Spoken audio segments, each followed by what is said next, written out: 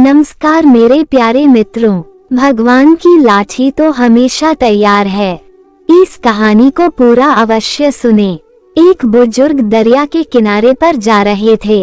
एक जगह देखा कि दरिया की सतह से एक कछुआ निकला और पानी के किनारे पर आ गया।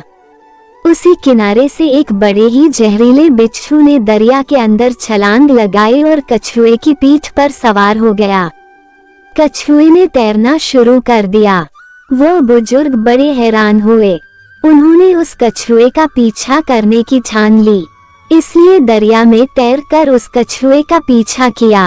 वो कछुआ दरिया के दूसरे किनारे पर जाकर रुक गया और बिच्छू उसकी पीठ से छलांग लगाकर दूसरे किनारे पर चढ़ गया और आगे चलना शुरू कर दिया। वो बुजुर्ग भी उसके पीछे चलते रहे। आगे जाकर देखा कि जिस तरफ बिच्छू जा रहा था उसके रास्ते में एक भगवान का भक्त ध्यान साधना में आंखें बंद कर भगवान की भक्ति कर रहा था।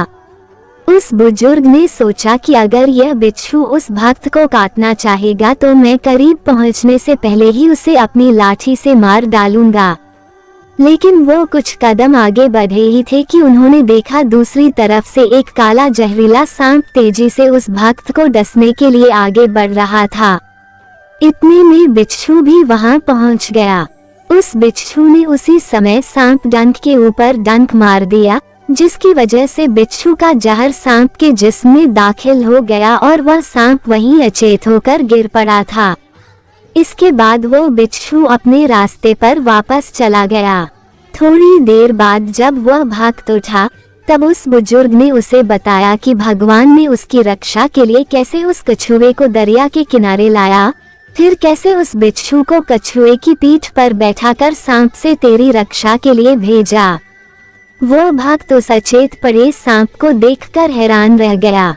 उसकी आंखों से आंसू निकल आए और वह आंखें बंद कर प्रभु को याद कर उनका धन्यवाद करने लगा। तभी प्रभु ने अपने उस भक्त से कहा, जब वो बुजुर्ग जो तुम्हें जानता तक नहीं, वो तुम्हारी जान बचाने के लिए लाठी उठा सकता है, और फिर तू तो मेरी भक्ति में लगा हुआ था, तो फिर तुझे बचाने के लिए मेरी लाठी तो हमेशा से ही तैयार रहती है।